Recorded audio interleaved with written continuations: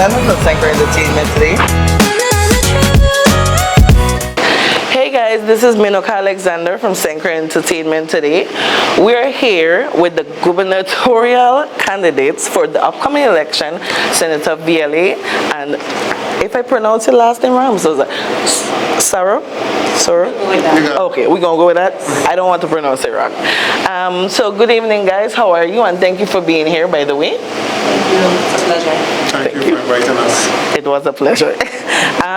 So before we get into it, can you tell the public a little bit about yourself, introduce yourself, and why you decided to run for this office? Senator Sarauw start.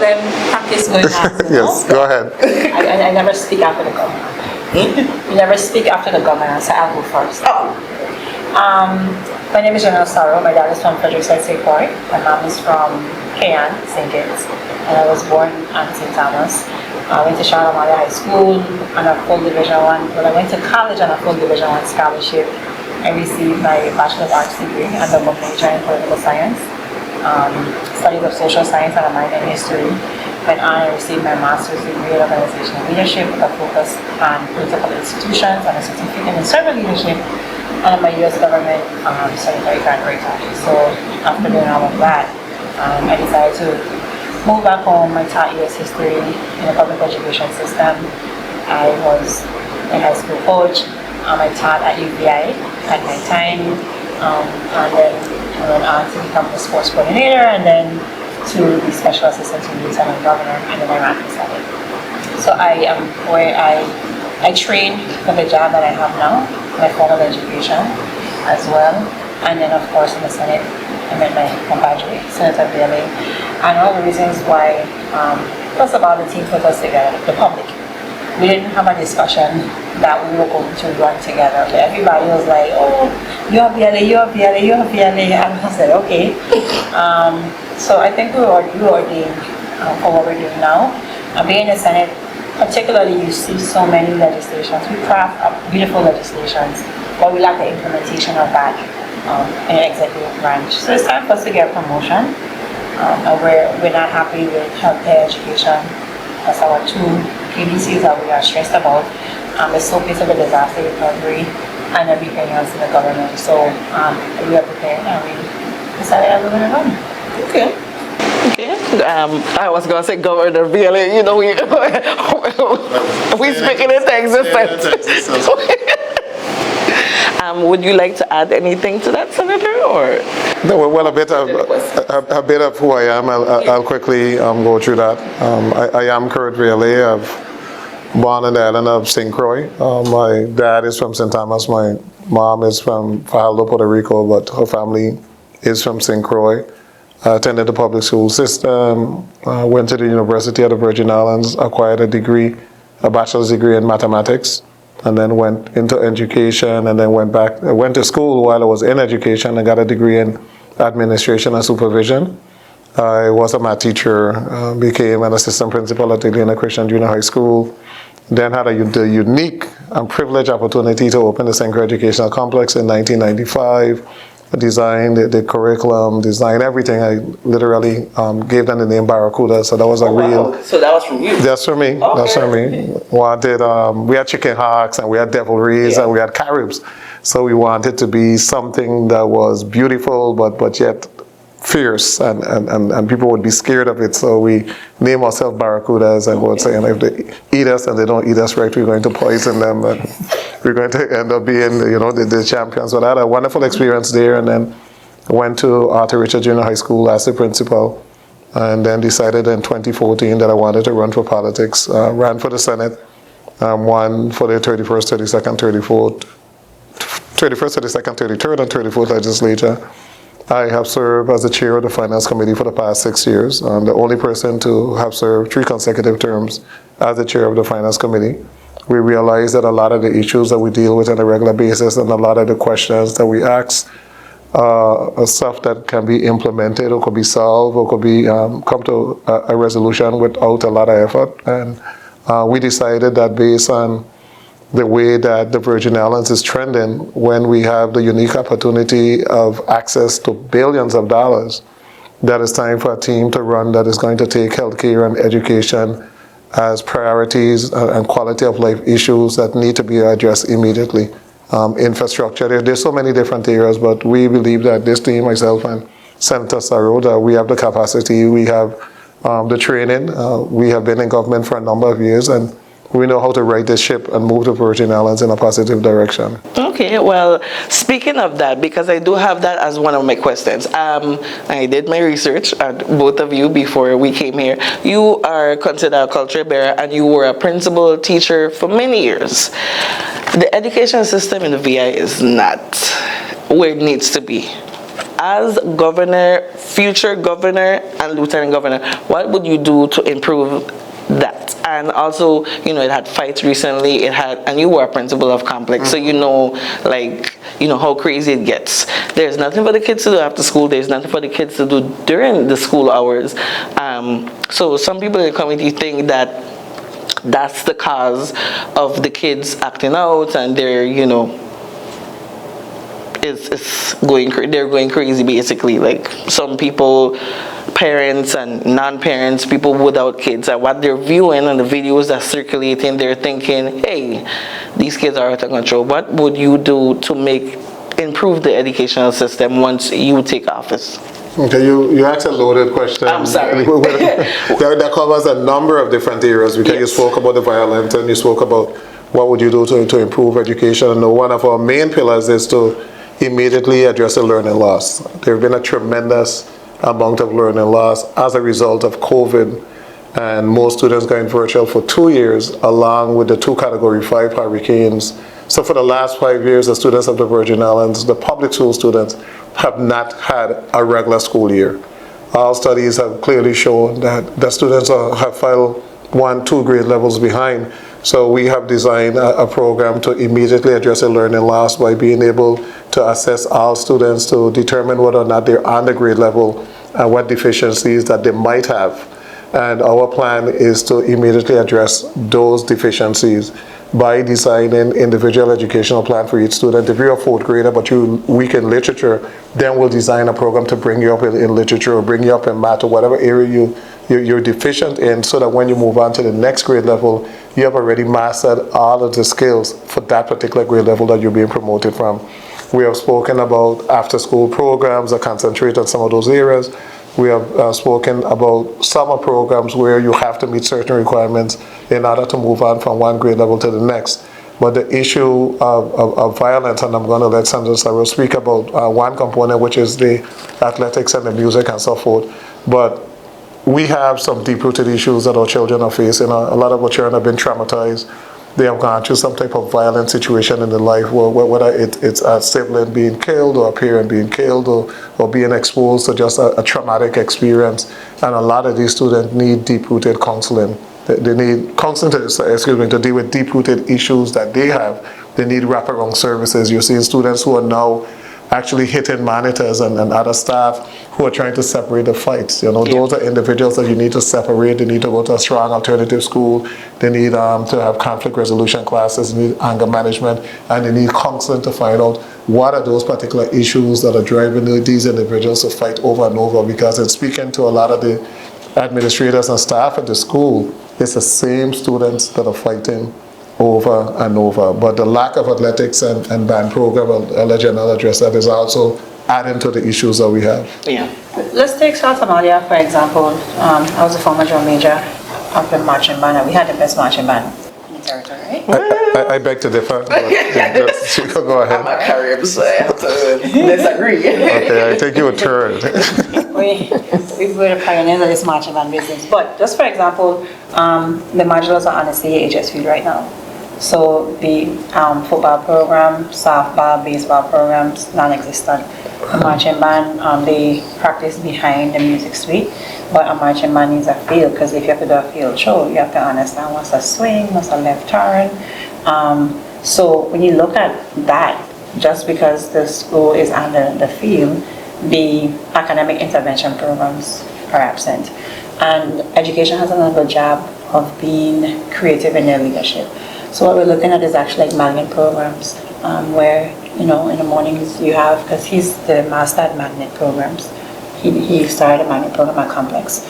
So we're looking at magnet programs where between 8 to 12, you have your academics, and in the afternoon, those who are in the marine program get bused to the DAC to go to St. John, because we want to do the marine program at St. John. Those who are in the athletic program head down to Covent Terrace because you have a field, more fields, and basketball courts. So we want to really create that outlet and also build capacity as well, the fine arts. Look at you guys in here. That's not offered in the schools. There's no room where you're learning about lighting, production, sound. So we want to look at partnering with UVI and Rico Center because that's what they do. And across the territory, Island Center. But we have to create those intervention programs to keep them engaged. Another thing too, when the pandemic hit, and it's a summer spot. That's what I wanted you to get to, as to what took place then. Sorry. With the pandemic too as well, they locked the padlock on all the parks and took the rims off of the backboard. So the governor had the audacity to leave here to go and watch Aliyah Boston play, and now she's the #1 player in the nation. But I promise you, Aliyah did not sit for 2 years and claim there was a pandemic. So we have our gifted athletes, or our athletes period, and there was no creativity. There was no, okay, the gym is open, we'll sanitize the gym, and from 8 to 10 o'clock you have 2 players shooting conditioning. From 11 to 12, you have another set of players coming in conditioning, using the beach, allowing them to continue to hone their skills. So you have a generation right now that are unable to acquire full Division I scholarships, or 2 or 3, because they're simply not in shape. They've lost that technique, that training, the fundamentals. So that's a sour spot for me being a Division I athlete. There's no way, it was a pandemic, but nobody on a collegiate level had their athletes just eating chicken and fries all day, gaining weight, on full scholarship, and no practice, no conditioning. So we really have to place our emphasis on athletics. The governor said he paved the courts, but yeah, parks are still missing a rim. Lighting is bad. The low-hanging fruits, because we have to get back into the community and engaged, and we'll see a decrease in crime from that. And there were, she said it on the Senate floor before, there were no leagues. Interscholastic stopped for 2 years. Oh, yeah. So students did not play any competitive games for 2 years. No footage, no anything. So when we came back and I saw where the students were, you could clearly see that those 2 years took a toll on those students. Across the nation, they played. There were students playing basketball with a mask on. There were students playing volleyball on the mainland in leagues with a mask on. Here, we just stopped. And it's haunting us now, but we will definitely develop a program where we'll be able to get those skills back. Okay. Speaking of like the sports stuff, I'm a Carib, as I mentioned before. So Central High School, the gym that was donated. The floor was donated by Tim Duncan. The floor was donated. My bad. By Tim Duncan. He is a local Virgin and he's doing great in the mainland. The gym is no longer in use, and they put up a sprung gym. I saw one of my former monitors on Facebook pleading hey guys, it's not the same when you're bouncing the ball. It's you're not getting that same effect of what you would get in the regular gym for the players. So I heard you had it as that. First of all, Tim Duncan is the greatest basketball player ever come out of the Virgin Islands, one of the greatest in the world. So he's on a totally different level. The gym was destroyed. Yes. And there's been a process where they have made a petition to be able to rebuild Central High School. In the interim, they put up that sprung shelter that is now serving as a gym, but the sprung shelter hasn't been maintained. So there were a lot of issues with AC, there were a lot of issues, but I think the frustration of Zorro and other individuals is the fact that they don't see any light at the end of the tunnel. Yeah. Nobody's saying when anything is going to be completed. Mm-hmm. And at some point, we have to have the completion date. Now, it's way better for us than St. Croix and St. Thomas because Charlotte Amalie Gym is deplorable. It's the sprung shelter looks very good next to Charlotte Amalie Gym. They don't have a football field. St. John Sproul School, the school is on the softball field, so you have taken away all athletic activities. So those are issues that we want to address immediately. And on top of that, maintenance as well, because the gym is really, really hard. And no AC. And no AC. The AC hasn't been working they had graduation, they had a fix, but it has been working from the last school year to now. BCB's AC as well as the middle school and St. Thomas. that gym extremely hot. AC isn't working. Conquering School, which is the other junior high, their PE department, the children meet in the hallway, and the teacher has two little picnic tables that she opens up, and you see them line up, and there's no field for them. So this is psychological as well. When you come to school and your facilities look like that, that sends a clear or a tacit agreement that we don't care about you, right? So even our facilities, so when we repair them under the Vialet administration, they have to be to the standard as well, internationally and nationally. Because CAHS gym, we look at sports tourism and we think about professional leagues. High school is sports tourism. AAU is amateur leagues, all high school children, that's sports tourism. But you can't use CAHS gym because it does not meet the regulations. What is classification? The roof is too low. And you go to our next gym, they build the bleachers, so you have this amount of space between the boundary line and the bleachers, so you can't save the ball. So we build these things without any thought process. So you can't even generate revenue on sports tourism because the existing facilities right now are either deplorable or not within the guidelines of national standards and international standards. Okay. I feel like that Can you tell answers my the passion in question. sports? Yes. Good job. So what else? Well, I'm switching gears for a second from school and education to like what we as a community, the U.S. Virgin Islands community, what can we expect from you guys besides what we spoke about when you take office? Well, Immediately. So we talk about policy on the front end earlier, the beginning of this, but I want to talk about personality. Senator Bailey is really a very, very down-to-earth man, and I think I know you have a government where you could trust, you could feel the honesty from us. If it's not working, I don't think we're gonna press conference and lie about it. We're not going to create numbers and create fiction. So that's the biggest issue that we have in the territory. Voter apathy is high because people have been lied to and misled for a long time. So what I want to do is actually restore trust in the government. I want you to look at me and say, that's me. I don't want you to look at me and say, hey, she all the way up there, you can't talk to her, I have 10 bodyguards around me. So that's as simple as that may seem. When you begin to become out of touch with the people, you become tone deaf, and then you fail to respond to the community's needs because you don't know what's happening, So that's a simple answer. I didn't want to go into policy. I could talk all day about our low-hanging fruits and our first 100 days. But personality-wise, you're going to have an administration where we really communicate, because we communicate all day right now.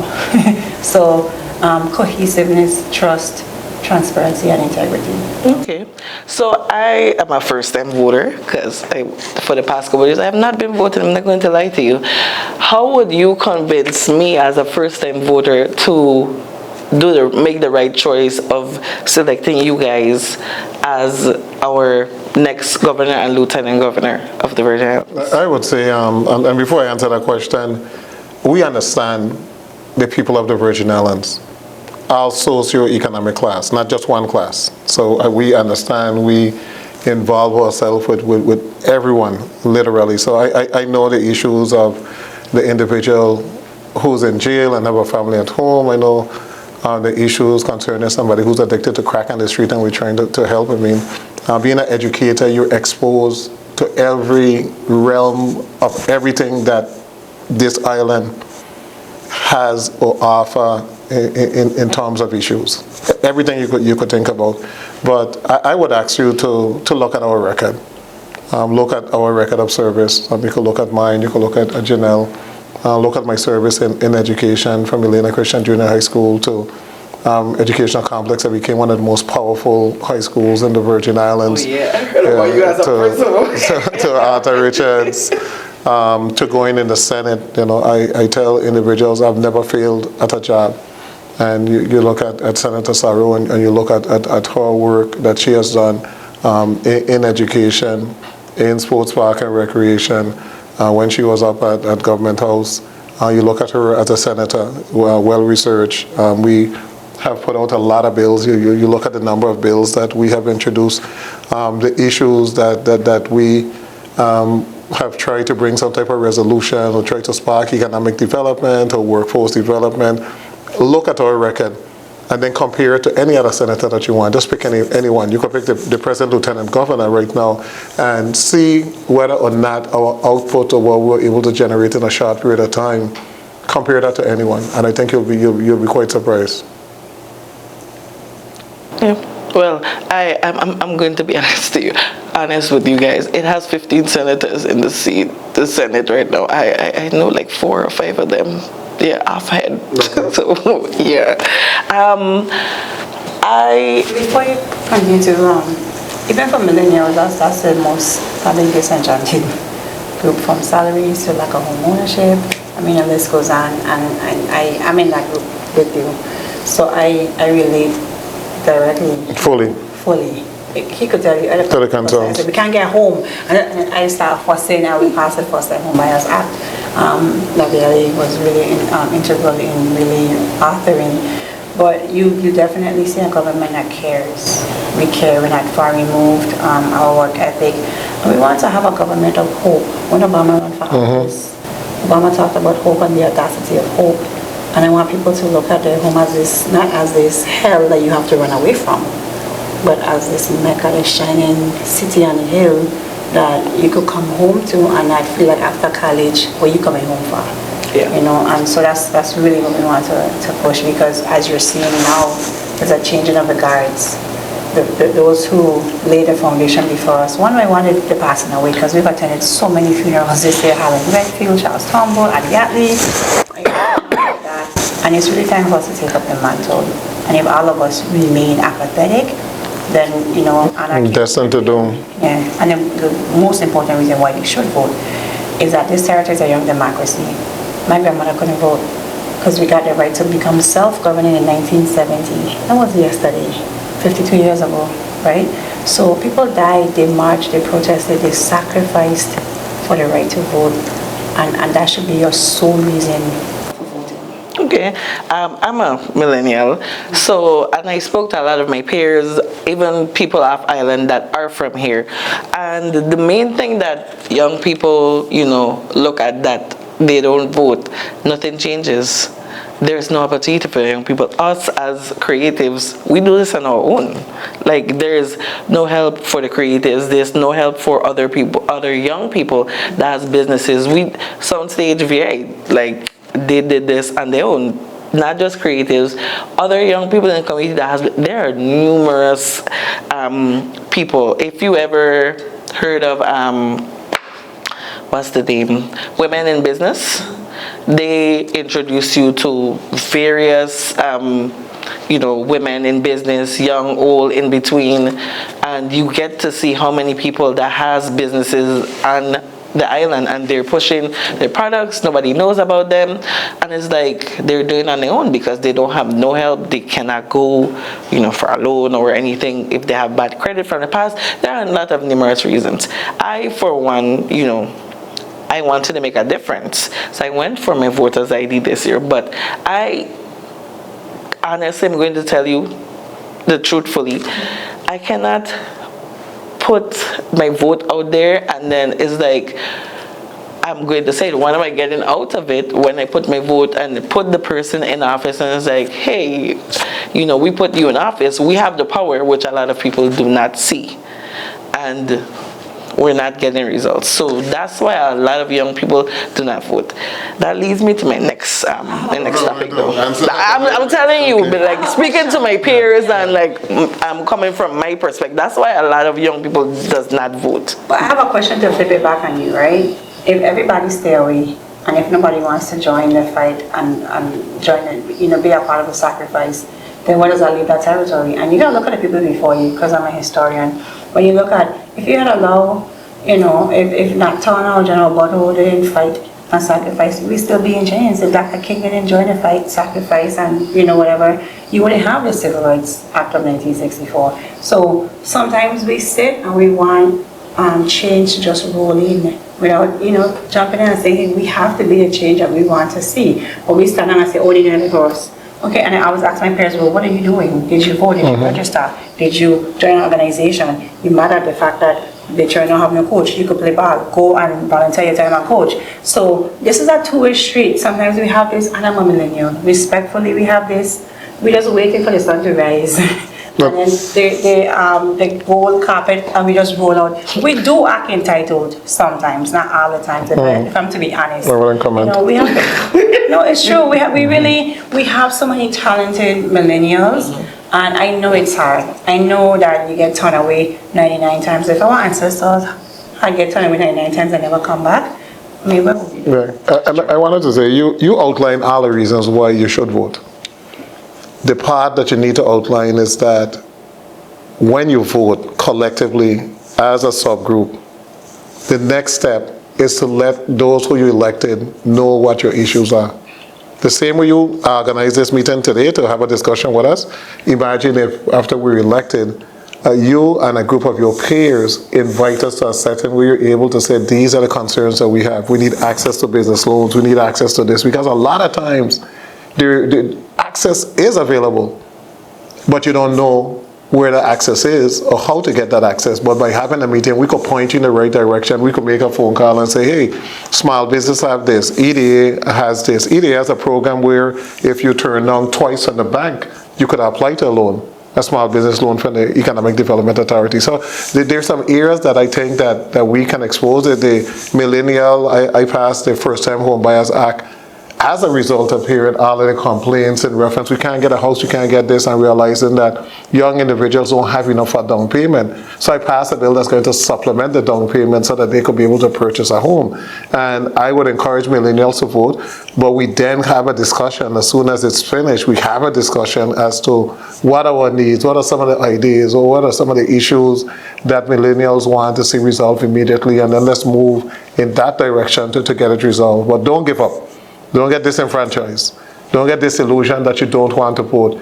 That is the easiest way for a next group of individuals to take over and run everything. And matter of fact, they're happy when you guys don't vote. They're happy when you don't become active, because then they have access to everything. There are other subgroups that call on them, and they let you know what their concerns are. Environmentalists? They let you know. I mean, we had Summer Ends Marina in St. John. 100. They had all this subgroup, 100 for it, 100 against, but you're able to hear all different sides. We don't hear the millennials at time, and we need to hear a strong, clear voice as to what are the needs of the millennials and how we can assist. Yeah, our activism has to move beyond social media. It has to move beyond a post. Yeah, because we stay. You get money, make a post, and you click. Yeah.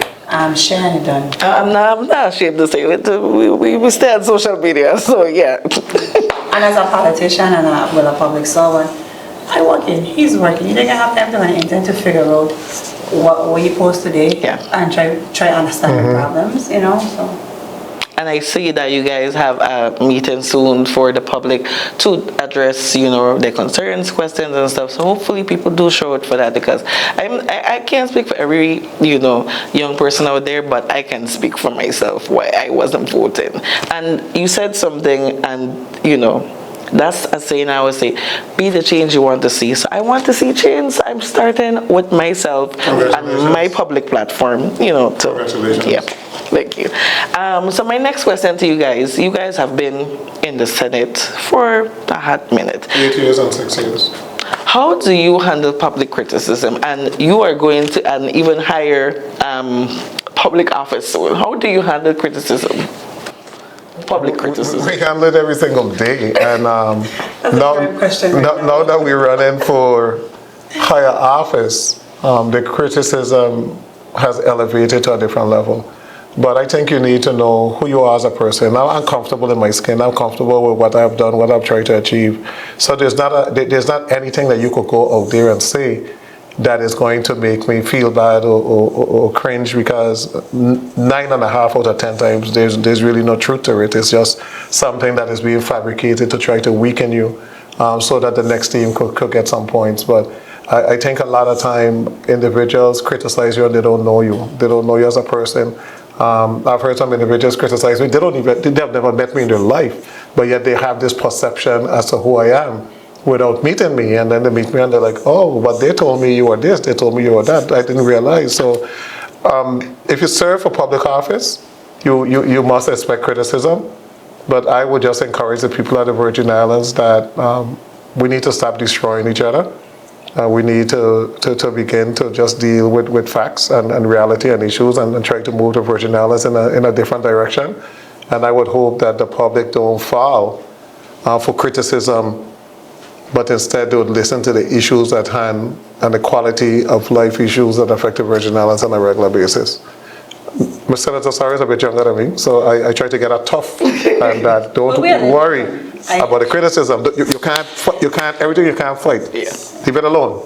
But that balances us out because he's like Mahatma Gandhi, and I'm like, what are you saying? You know, like I am like a Queen Mary. I will go and burn the whole town down. And he's like Janelle, you know. So It doesn't which is work. good, you know. Balance. Yeah, I would have been a Black Panther. And Dr. Kinta, you can exchange. You see, but those days, and those days were different. Like non-violence. Yeah, they are. We get lashback, but The Black Panther era had a real cause, you know, Martin Luther, but those are real cause. Now, this is just a lot of petty stuff to try to discredit you. So that is the reason why I said, nah, don't worry about it. But if it was the Bodo days or the Black Panther days, I would have been definitely engaged in all of that because I'm going to fight for our rights. If you're going to do anything that is negative towards this island, I'm going to fight. As a teacher, I was the first on the line striking on a regular basis. When the nurses walked out when I was in education, I went and joined them on the line. If there's an issue that's going to impact this island in a negative way, I'm going to join. If there's an issue that is going to help this island, whether it's a cleanup or a community event, I'm going to go. Because I love the Virgin Islands and I want the Virgin Islands to do well, and we can't do well if we're not involved and engaged. That's definitely true. I'm not gonna lie to you. I was a Carib. I was in school. I heard of your principal. I was like, there's no way I'm going to complex because he's so strict. Like even now, you know, I've been around people that went and they were like, oh, I'm so grateful to Vialet because you know he was a good principal. At the time, I was stubborn, but now you know I see. So you know, I hear a lot of your students give you credit for the type of principal you, but at the time when I heard of yours, I was scared. I was strict, but you know, the owners of Sound Sage are my two former students. Both of them graduated from Complex. I believe that students need structure. Yeah. They need structure in order to learn. If you're a student and you're allowed to get away with everything, you're going to try to get away with everything. Definitely. But you come to the age where you realize that it's not in your best interest. And I used to tell my teachers, some teachers would try to run away from the classroom, or they wouldn't teach for a particular period, and all the students are in there, hey, you're so cool, Miss Sarauw, you're not teaching us. And then as soon as they leave the classroom, they come down to the main office and they say, hey, Mr. Vialet, you know Miss Sarauw teach you today? She didn't teach one thing. You need to go and talk to her. But they're up there smiling with you. So despite the fact that they're smiling with you, they want structure. And I've also heard students that come back and say, I wish I had taken that chemistry class. I dropped out of it. And I went to college, and now it's haunting me. Oh, wow. As adults and as educators, you're supposed to provide the structure in that child's life. Whether or not they have a good or a bad home, the school becomes the parent, and you're supposed to provide a structure. And that structure means put your shirt in your pants, do this, do that, do this, because you're trying to teach them how to conform to the rules of society. That when they graduate and they go out into the bigger world, and that world say you need to do this, they already know how to comply because they have been taught that there are certain stuff that is just in your best interest to comply. I know students who wear the pants down and the behind, and they get a job at TSA. I said, how come your pants ain't down? Because they're going to fire me. They don't want to wear the ID, they work in the pants. Everything has its place. It does, yeah. our criticism is important to have a strong tribe. Yes. You need a strong support system that you're able to call and get off, say how you want to say, that the public shouldn't know, and then wake up the next day and go again. But I want to also say to the listening of the audience that we have to stop the level of politics that we have now, because I'm sure you've seen the news. And I wouldn't go into detail, however, we millennials and those who after Z, why? The Gen Z? Okay. Gen Z. You're not, and even with baby boomers and the ones in between, why? You're not going to have qualified people to offer themselves for public service, because no one in their right mind It's going to run. is going to run and subject their family, their loved ones to that level of nasty scrutiny. So you're going to end up with a government of the haves while the have-nots continue to struggle. So we have to be kinder to each other. I will go all day with you if we're debating this pants, and if the pants is right or the pants is wrong. But when you start to attack family and personal and and that's when it becomes so, our politics is destructive. This has definitely been... And disagreement shouldn't render dysfunction. Yeah. This has been the most... It's been the worst I've ever seen, and I am way older than you guys. It's becoming very, like, from a social media point of view, like, it's becoming very nasty. I'm like, how y'all expect us to vote? It's been that way for a while. Like, this is And it takes shouldn't be like that. it takes an extreme level of constraint and self-control. Because I'm going to scroll something on Facebook, I don't want to be like, just start typing. But then I have more to lose. Yeah, so you don't. Yeah. I see that in as we spoke off camera, I see that in my country of Dominica. I see that in St. Lucia, other countries. I've never seen it. I have always applauded Virgin Islands and how they do. But we really need to not come that way where, because I've seen Caribbean politics outside of the Virgin Islands, and where the opposition or the party that didn't win, they really just place on a back burner and they don't get anything whatsoever. And that is not what we want for the Virgin Islands. I have always said that once you're elected to serve those who voted for you, those who did not vote for you, and those who don't vote at all. But you are elected to represent the Virgin Islands, and that is your job. So if somebody come and ask you a question, you can't ask them, let me see your voter registration card, or did you vote for me? You just have to go and address that person concerned, because that is what you were elected to do. I truly believe that. That's true. Yeah, because you say stones and then you don't know the half of it. I live in St. Kitts at the time when people were dying at that time. I left Dominica at 10, 11 years old, but I was knowledgeable enough to see what was happening around me. Even now, like, I just don't want the Virgin Islands politics to become like that, because it takes you a generation to make sure it doesn't happen. Have you met my generation? Vote, you vote and you change. You could change a lot of stuff. Yeah, go vote, please. Yeah. I don't remember the last day for making your voter's ID, but... It is October 9th. October 9th? Which is Sunday. Please go make you guys voter's ID so we could make a difference, because, we need balance. So, I know we've been about the seriousness for a minute. I'm going to switch gears so we can talk about something more.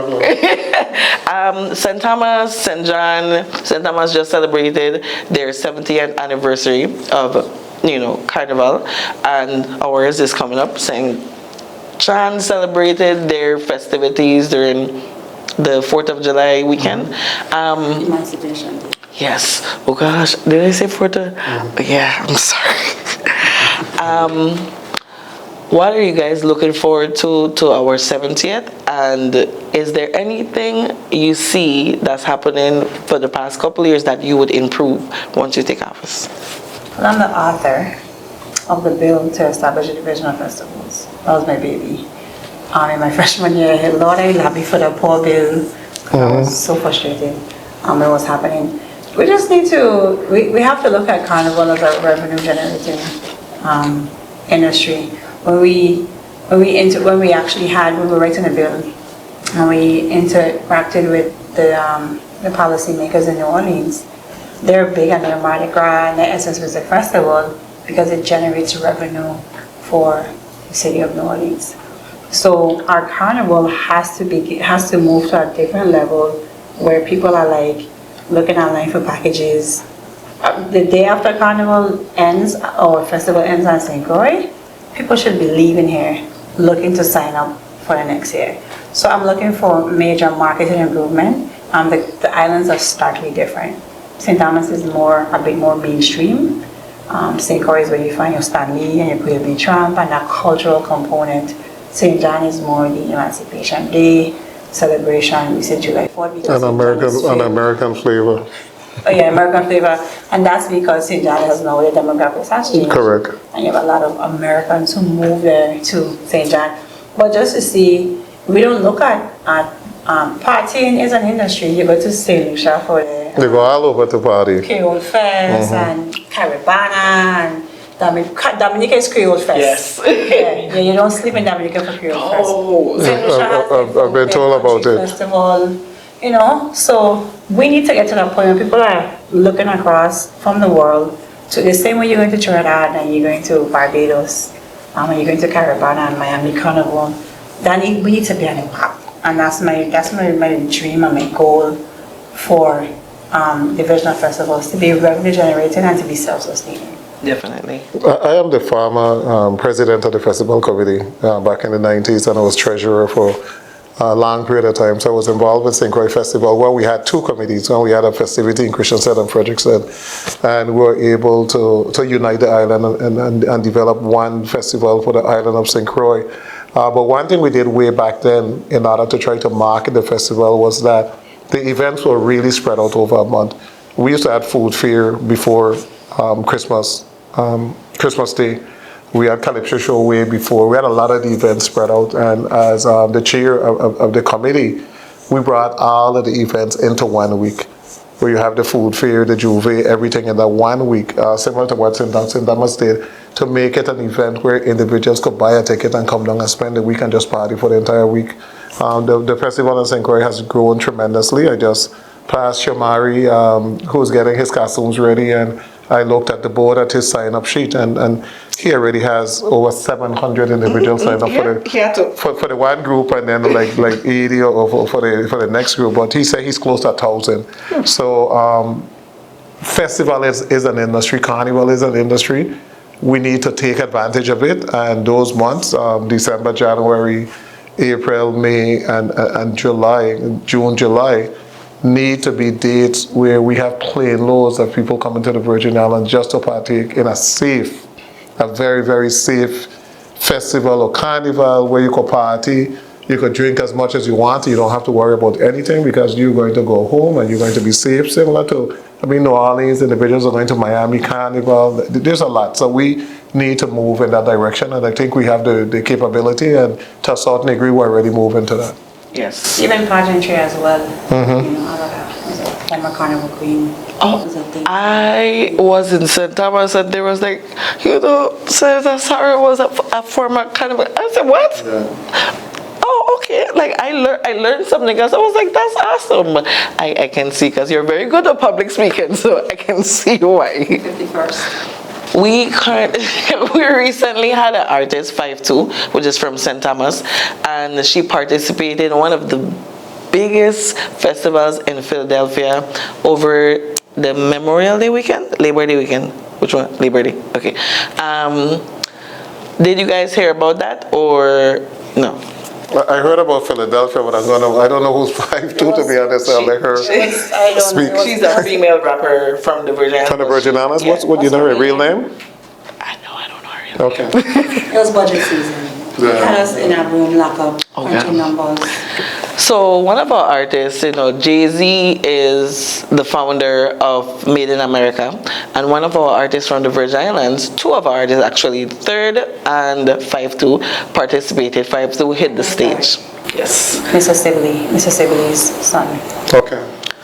So Third got an opportunity, which I did an interview with him after. And he represented the Virgin Islands. 5'2" also represented the Virgin Islands. There was like a lack of media coverage over it. That's tourism. Yeah. And this was in Philadelphia? Yep.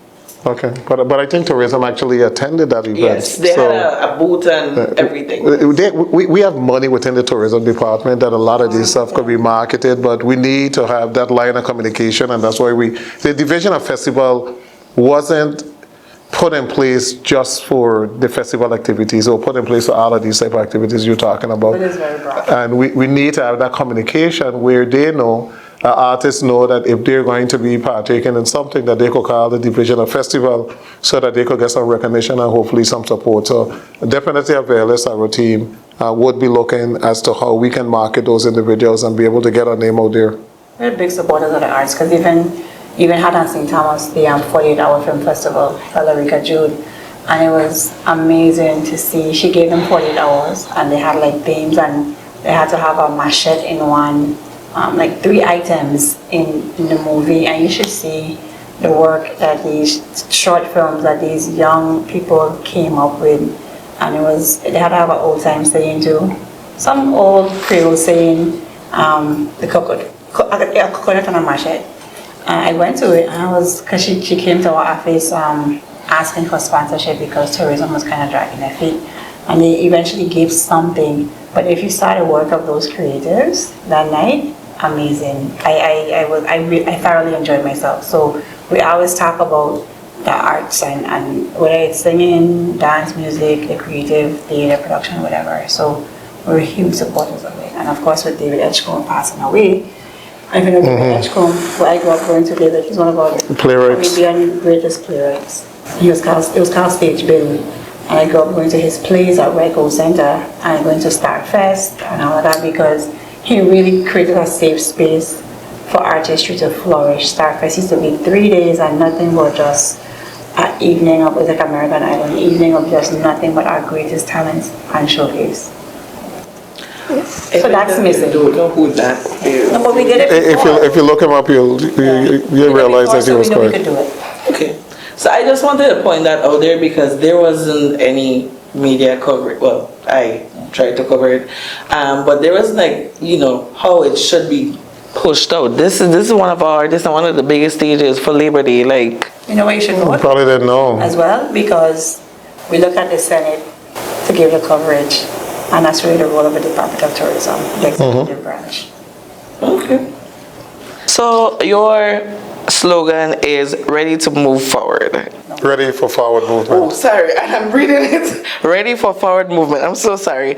Elaborate on that for me. What led you to that slogan? It's a combination. Of both of our campaign slogans over the last 8 years. Yeah, I was ready, right? So I'll tell you mine. So I had forward movement, and that was my millennial group because as a Mukujimi that danced in the hotels for years, we were just fussed about the government the whole time before we go on stage. And one day we were like, we're going to run for office and we're going to miss a movement and we're going to go forward because you can move to the side, you can move backwards, but we wanted to move forward. So we began a movement. That's when we had the Kevin Rodriguez case and all these millennials like started to rally behind me. And our movement really began in the St. Thomas St. John district, and it was forward movement. And then I add mine. My slogan has always been ready. Are you ready for court failure? Are you ready again for court failure? So, are you always ready for court failure? So we combined. We were like, okay, look, what are you going to do with these two? And we said, perfect, ready for forward movement, and that is the direction that we want to move to Virgin Islands. So it is quite appropriate. What is your favorite thing to do on your down? I know as public figures, you might not have so much downtime. But when you do, what is your favorite thing to do on either of the islands? Like, I know you reside in St. Croix and you probably reside on St. Thomas, so there are probably different things for the different islands. What are your favorite things to do? I love to attend a good sporting event. I love a good basketball game or baseball. I love horse racing. I'm a horse racing enthusiast, and on my quiet time, I like to read, and I like to just be separated from everything for a while and just read a really, really good book. I enjoy outings with my wife and my family. A beach day, I like to go on the beach and just relax, carry up a grill, and just carry up a lot of drinks and just spend the entire day at the beach until 7, 8 o'clock. So that is how I relax and how I get to really enjoy my island. And how about you? Well, I used to play pickup games, as a baller, and then I had a knee injury, so I don't get to call my shots and play ball anymore. But I like to go to athletic games. Usually in Vialet Academy on a boat. I love the sea. I like to jump off and go swimming. I love to read as well. I love to eat out, and in my quiet time, besides reading, I have this little series on Netflix I watch, and then of course my 2 best friends live in the States, so I catch up with my best friends quietly because I do miss them. So my wrap. Okay. If the election doesn't go how you guys plan, how you intend, what would be your next steps? For me, like old people say, I'm a dummy, right? I'm well educated. So I know finding a job, because I've actually had job offers while in the Senate, 6 figures that I've turned on because I believe in public service. So I know finding a job going to be hard, but right now I'm doing my PhD, and I'm writing about the power structures that that impact our colonial state, the insular cases, the consent decrees, and on and on. So I do know that I love teaching. I didn't study education, but I found I naturally had a knack for it. So I wanted to be a college professor. That's why I'm doing my PhD, because after this is all said and done, I really want to hone a next generation of civic leaders in the territory. Okay. Oh, She's young, so she have all of these plans, but I have 37 years in government. So I have the option of saying, hey, I'm going to retire, or I've always been a career educator. I really, really love education. And it is a field that I wouldn't mind being able to run a charter school, a school where I can really define exactly what takes place and just carry students from one level all the way to be the best that they can be. But if that happens, I'm going to take a look and decide what are the next steps in my life. Do you want to relax a bit? Do you want to go into private sector? Or, do you want to do something again in education? I'm very not pleased with education and how a lot of the schools are structured. So I wouldn't mind even being a change agent to be able to try to restructure and deal with some of the issues that we're facing now in the field of education. yeah. When we were speaking about the education thing, I was thinking about when I attended my brother's graduation. I'm glad you touched education again. The Sprung Gym, and I'm not calling out anyone. I am not calling out anyone because I don't want nobody to attack my platform. We were there for my brother's graduation from 9. It was 12. She was at the time the commissioner came on. She was like, "Oh, we have boots on the ground working to fix the AC." Nobody was fixing the AC. We was like this for the whole time from after 9 to like after 12. Like, things need to be done to improve the education system. Thank you, God. My brother was a senior and he graduated, and I have no more family in the education system. But that does not mean I don't want to see it improve. I went to school. I'm a proud Carib. 10 years after, I want to see hey, this is better. Not, oh, this is the same thing that going on from when I was in school now. We want to see a change. Yeah, and there are always options, and I was upset that options weren't utilized because Central High Sprung Shelter is really too small to have a graduation, so a lot of family members are left outside because there isn't sufficient space. They actually had a tent outside. So, yeah, I don't agree with that. I did tell them that there was a possibility they could have just partnered with UVI. I utilize the big tent that UVI uses for their graduation. I have the graduation there. This Island Center, I've never held a graduation at the school because of size limitation and wanting as much family members to come. So I've always utilized Island Center where you could really hold a tremendous amount of people. It's like just to revisit. You need to be creative. Graduation is the day for the student. Yeah. It's not the day for the student and the parents or the guardian. It's not the day for the leaders in government, also the Senate or the principal. It's the student day, and you got to make it, be able to satisfy their needs and be able to have as many family members involved as possible. High school graduation is sometimes the only day that some students are going to walk across the stage. Mm-hmm. And they shouldn't be limited to just 2 individuals coming. If they want 5 or 6, that's such a proud moment for them. You need to be able to make sure that they're able to live that proud moment and enjoy that proud moment with their family and the friends that have supported them throughout that journey. Well, it's not just that. They limit you to 4 tickets per family. So, you will have the 4 tickets, you give it to your immediate family, and then the rest of your family will either be outside with balloons, or they will be on the internet if they can't make it. So it's not only, the space, is how much tickets they give. But the tickets are a result of the space. That's true. So if you have more space, then you're going to give more. I believe that there are events that motivate others. So if you're able to bring your 10-year-old cousin or nephew to a graduation and they could see somebody that they look up to walking across the stage, there's a great possibility. I want to do that. I want to be like my cousin, blah, blah, blah, that walked across the stage. So we're limited because we're an island. So as much positive events as possible, individuals need to take part in. And graduation is just a positive event. You don't hear no quarreling and cursing at graduation. You just see smiles and balloon and hug and kisses. So, we gotta push that. Yes, that's true. So coming to like winding down, I just have a few. It's kind of fun questions for you guys because I am an entertainment blogger, if I didn't mention that earlier, but I am also a young person that needs answers, so that's why I set up this meeting with you guys. Your favorite music and like VI music and your favorite VI artists, if you have one. You probably Stanley. Right? I love Stanley and the 10 Sleepless Night, and all I get is the more that I love them. I was, but way before our time, I was at Eddie and the Movement, and then a jam band. A fan. I love 17 Plus because 17 Plus was a band that came out at the University of the Virgin Islands. Oh, wow. Well, then CVI, our friends that were actually friends and put a band together. Yeah, Funk Gums lived right below me, so I heard every song that was made for 17 Plus before it came out. So I've always enjoyed them. I enjoyed Enforcement and Violators. But now that I'm moving up in age and gracefully, I love a Stanley. I love a Quelbet Tramp. You'll see me in all Stanley functions, right beside the truck in a good Quelbet Tramp going down the road. Two-stepping. Yeah.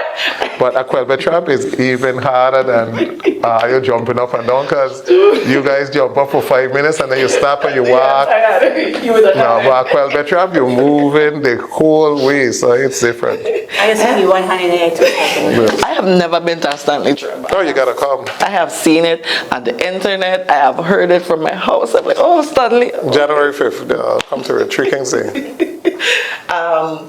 I have been in a parade, but I have not. And you're right. Like if give me a minute, I can come back.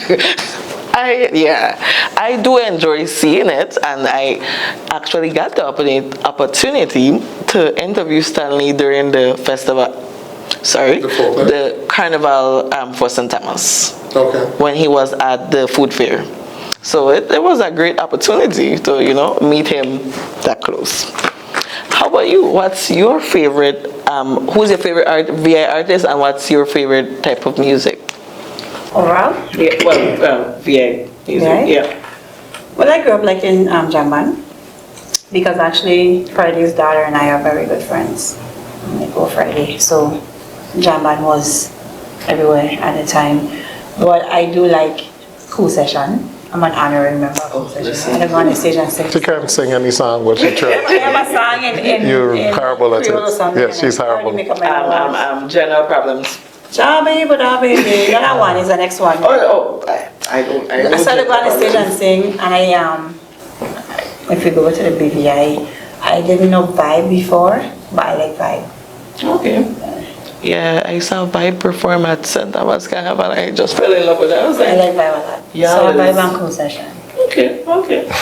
And VIPR, Virgin Islands Puerto Rican Friendship Day is coming up. What are you guys looking forward to that?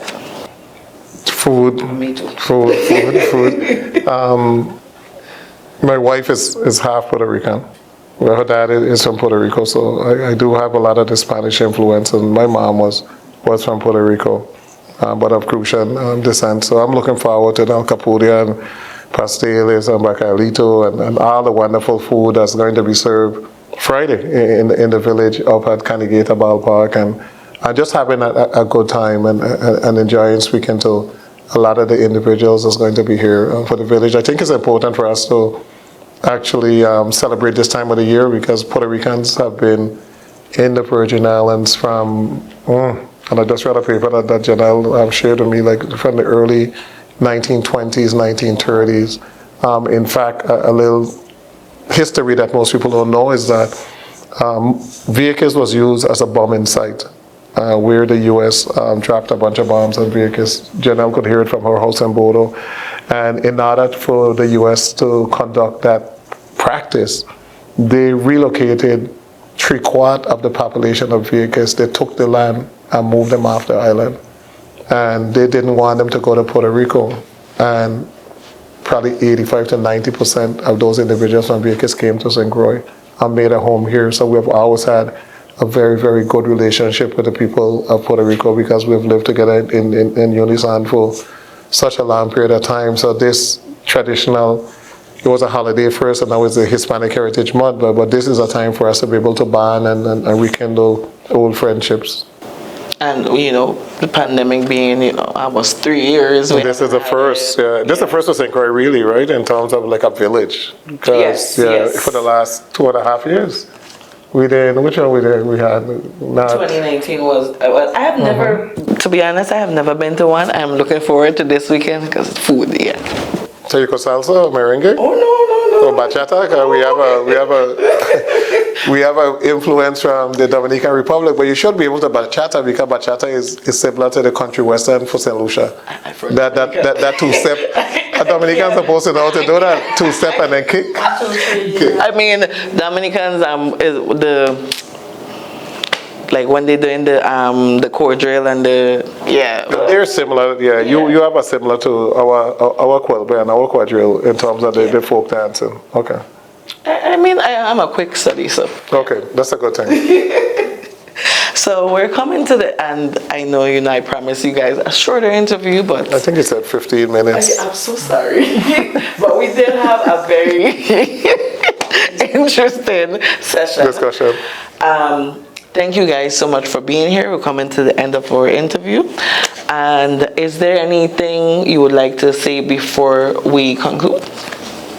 Well, for me, since this is a platform that speaks to the younger population, and that's the undecided voters. Right now, I want you guys to, I just talk about it, show up and vote. Read the platforms. Platforms are on the internet. We like to internet, but we Google for what we want to Google for.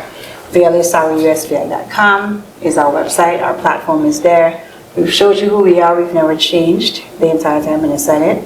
We're known for holding people accountable, showing up well-read, well-researched, and to those who are aspiring for anything that they do in life, whether it's the arts, athletic, music, academics, just show up as the most authentic self every day. You may fall short, but every day when you wake up, own your purpose, walk in your purpose and go for it. Be authentic as you can. I really appeal to the individuals who are on your platform to please register to vote. You have until Sunday to register to vote. It's going to be closed off after Sunday. Early voting begins next week, Monday, where you'll have an opportunity to start voting to elect who's going to be your next representatives.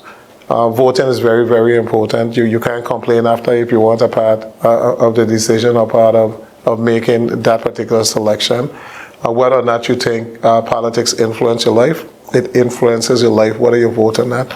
The education system, healthcare, every issue you could think about has some type of political background to it in which your elected representatives can impact in a manner that is going to improve the quality of life that you experience.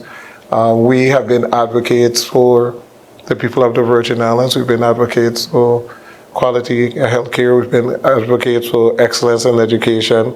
We've been advocates for infrastructure repair. We really, really want to work on this construction loans and building options for the millennial population. There is a need for us to be able to retain your population who come back, who are educated, who have a degree, who has a degree, and actually working, and you're in that middle income bracket, but you don't make enough to do what you want to do, and you make too much to qualify for the programs that will provide help. We're trying to fill that void by providing opportunities for that particular age bracket.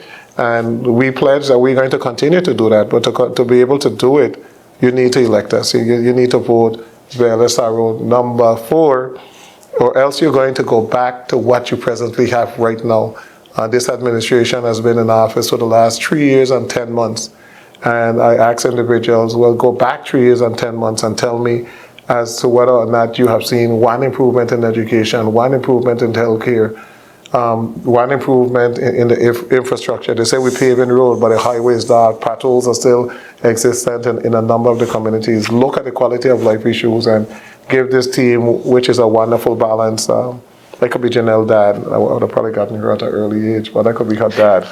And so we have a balance because you have 37 years and then you have a young millennial who understand that particular age bracket. So there's a good balance. So vote for Vialet Sarauw, number 4. Yes. So I would like to thank the, sorry. I would like to, I've been struggling with your name, I'm so sorry. I would like to thank the Vialet Sarauw team for being here, taking the time out so we can sit down, discuss, learn what, you know, we're voting for, and, you know, teach us some things that we didn't know before. You guys, I know I said I am a first-time voter. I am, and I am encouraging anybody that if you want to see the change, be the change you want to see. Let's vote, let's get out there, and let's change things. Because if we don't change things, who is going to change it? We have to look out for the generation after us. It does not end with us. Thank you to the loyal viewers that keeps viewing. This interview will be out soon. Thank you to my lovely videographer. I cannot end without thanking Ramirez Photography / my husband. And that is all. Thank you, and tune in for more.